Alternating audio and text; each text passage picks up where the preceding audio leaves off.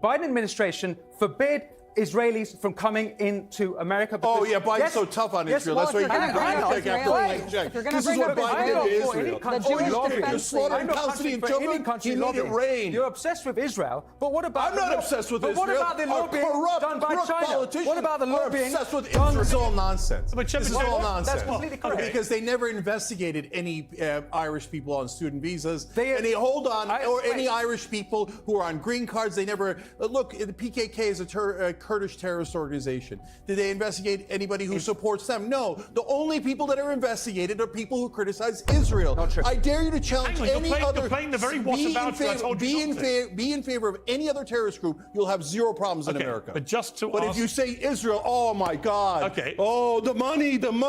Come on, keep it real. Piers should try keeping it real. Welcome back, everybody. Cenk smirks as he's igniting a debate grenade on free speech. Israel and America's deportation roulette, where criticizing Bibi gets you booted faster than a MAGA rally crasher. Plot twist, Cenk's already nuking Piers' illegal nitpicks. IRA supporters drank Guinness freely. Where's their deportation party? While roasting US politicians as Israel's ATM lobbyists, 337 million buys what? Silence? A soul? That's Trump. Piers clings to the rules, like a Brett lost in a Texas barbecue feud, while Nadine torpedoes in. Pro-Israel groups get bounty hunters, Palestinians get FBI glare. What's the verdict? Cenk's unchained, Piers is sweating statues, and Winston is left clinging on his little notebook. Let's jump into it. Yeah, America are they going to throw out the Israeli supporters that love terrorism and say that it's okay for Israel to kill 400 times the number of children that Hamas has? Well, Israel's clearly more of a terrorist group. Before I go to Nadine, hang on. The key point is that America has categorized Hamas as a terrorist organization. Correct. It does not categorize Israel in that way. It should. Well, okay, that's an argument, but it's not the reality of where we are with it at the moment. Nadine, let me bring you in here. I mean, you've been on these marches famously. I think you came on my show after you'd been on one on the day of your wedding because you felt so passionately about this. But do you accept that any country and any government would be perfectly within their rights if they have identified an organisation as a terrorist organisation, as America has with Hamas, for example, and that is how they're categorised, that if you are openly supporting a terror organisation, as we saw that CUAD, which Mahmoud Halil fronts, has done publicly and with no apparent shame, that if you do that, then that country is entitled to deport you because you're supporting openly a terrorist organisation. We haven't seen CUAD do that, so I'm not sure what you're referring to. Well, we just had a quote read to us by Winston. Hang on, Winston just read a quote which CUAD had posted, in which they described what happened on October the 7th as a victory. Okay, and that's Palestinian resistance broadly. They're not referring to any Palestinian specific they said group. Al-Aqsa flood specifically. We'll talk about examples. How many Irish Americans supported the IRA? Do you see them getting deported for supporting the IRA in their time? No, we didn't see that happen. So it's actually still under the purview of freedom of speech. But again, Palestinians even saying that they think Palestine should be free or chanting from the river to the sea are accused of things like anti-Semitism and terrorism. So I just see that as an extension of it. And honestly, all of their arguments are completely delegitimized because they just throw them out on anybody speaking in support of Palestinian liberation, no matter what they say. So, you know, I don't think that's a fair argument to engage with. Two things for Winston. One, the general point about free speech. You know, the Republicans have been extremely hot on free speech. People's rights, especially Elon Musk, right? He's returned X, as he put it, to a platform that allows all opinion to be had. He has somebody who's expressing opinions that he may not like, and Donald Trump may not like, and the government may not like, but their first reaction, it seems to many people, is to then chuck them out of the country and suppress their right to free speech in America. That's an arguable point. But on the second point, which is an interesting one about the IRA, there's no doubt. You know, I'm an Irish Catholic. I can remember people on the streets of New York on St. Patrick's Day and other days, right? I can remember people openly supporting the IRA during those troubles. And they were a prescribed terror group. What's the difference?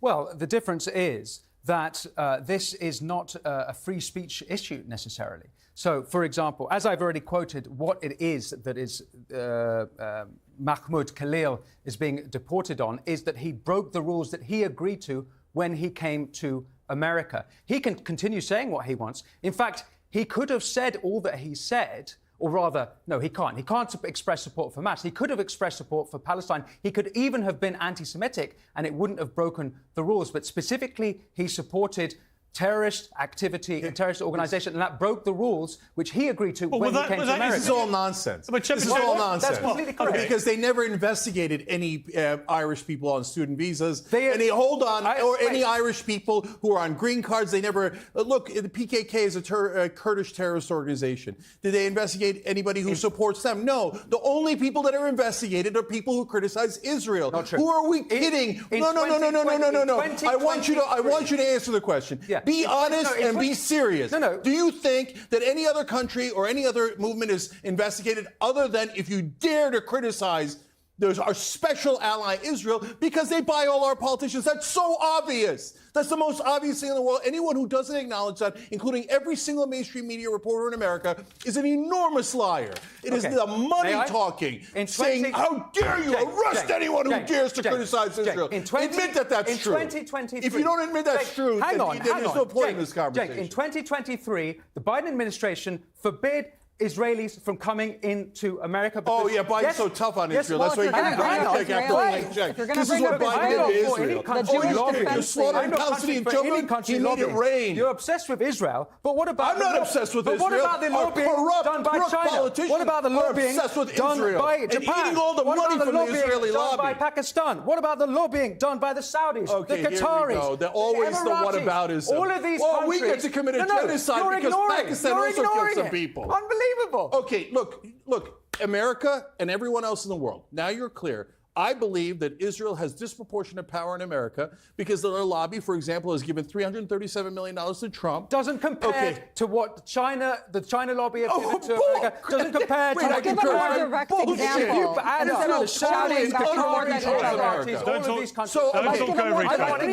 Hang on. Let me just make this last point in regards to this. Last point by Cenk, then Nadine. So this is the epitome of cancel culture. Sorry, just like wait one second, Nadine. I'll bring you in after Nadine. Nadine, wait 1 second. Nadine, wait 1 second. Cenk first, then this is the epitome of cancel culture, but we're canceling people on behalf of a foreign government. Musk and Trump said that they were free speech absolutists. But now they say, no, there's one exception, and there was always one exception. You'll get no Epstein files. You'll get no freedom of speech. We'll do nothing but cancel culture, but always on behalf of beloved special ally Israel that has stuffed all of our pockets with millions of dollars. On a technical point, Cenk, is Winston not correct that if you're not a naturalized citizen of the United States, I happen to know this, I'm an exceptional alien in your country. That's what it says on my visa. I don't complain about the wording. It is a bit weird. You call us exceptional aliens. But if I'm going to be an alien, I may as well be exceptional. But it's a very difficult process. It's a long process. It's an expensive process to become an exceptional alien in your great country. But if I was to suddenly start supporting an organization that is a prescribed terrorist group in the United States, I would be in breach, as Winston said, of the criteria by which I signed up to enter the country. So on that purely legal, technical point, you might play whataboutery with other groups and say it hasn't been consistent. That's a perfectly rational argument to have. But is the US government in breach of his First Amendment rights if they can establish he has supported openly Hamas, and that would go against all the paperwork he signed up to when he became a green card holder in America? Look at this chicanery. So Israel buys all of our politicians, says every group opposed. Hold on. Every group opposed to me, put them on a terrorist list. Even though I do 400 times worse terrorism, don't put me on the terrorism list. Now all of you corrupt American politicians, put all of our enemies on a terrorist list, and on top of that, I want your money. Give me $300 billion. On top of that, I want you to attack all these guys that I'm calling terrorists that are just Israel's enemies. So they completely control the American government in this direction. And I'm not interested in it. I dare you to challenge any other. Be in favor of any other terrorist group. You'll have zero problems in America. But if you say Israel, oh my God. Okay. Oh, the money. Come on, keep it real. Just to repeat. Biden's top donor, Trump's top donor, Kamala's top donor. Like I said, there might well be many inconsistencies. That's a perfectly valid point to make. But on the specific question I asked you, is the government infringing on his First Amendment rights, Mahmoud Halil, if they can establish he supported Hamas, which is a prescribed terror group? That would put him in breach of his entry requirements and criteria to become a green card holder? Are they not legally? Oh, well, hang on. Under that pretext, are they not legally? Well, hang on, Nadine. I'm going to come to you. Are they not legally in their rights to do it in that eventuality? No. So I heard all the time from MAGA that, hey, free speech isn't just about the First Amendment. It should also apply to social media, and we should protect free speech no matter what. We should be free speech absolutists. And MAGA has actually been fairly consistent about this, and that is why Trump is going to lose part of his base by constantly saying, I want to do cancel culture for Israel. I want to violate the First Amendment. I want to violate free speech, as long as Miriam Adelson keeps sending me checks. So no, this is against the principles of free speech in America. I don't care that Israel got a corrupt law passed to make it illegal to criticize them or to support any of their enemies. And hey, would Israel accept a 58-year occupation? And if they dared to fight back, would we call them terrorists? Of course we wouldn't. Okay, let me bring in Nadine. Nadine. Yeah, I mean, material support isn't, applicable to free speech. Material support requires way more than speech. So this idea that, supporting a terrorist organization is not really applicable here. And if we look at organizations like the Jewish Defense League, which up until recently were considered a terrorist organization by the United States, they were able to openly operate in New York City, in the streets of New York City. They've been counter-protesting within our lifetime protests for over 10 years, and oftentimes joined by Israelis, by people who are not U.S. citizens, coming and threatening us at our protests. One of the organizations that actually claimed to work with the government to bring up Khalil's case, Batar, is a nonprofit 501c3 here in New York City, offering people $1,800, a bounty on my head, to give me a beeper, which, obviously calls back to the beeper attacks on Lebanon, terrorist attacks that have left people blind and killed people, including children, right? Openly making these threats against American citizens like myself here in the streets of New York City, joined by Israelis, and nothing is done about it. Openly tolerated by the Democrats as well, not just the Republicans.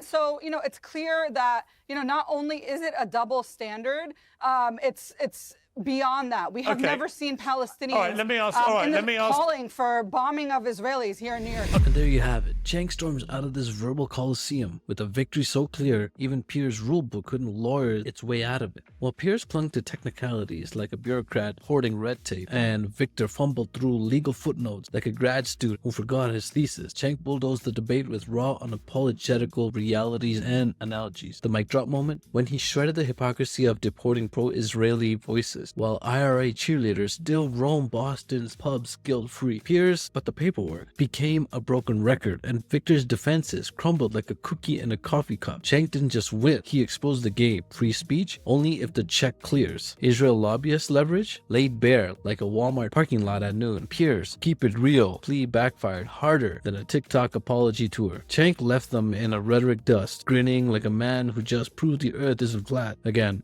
don't forget to like, share, and subscribe, y'alls, and I hope to catch you in the next one.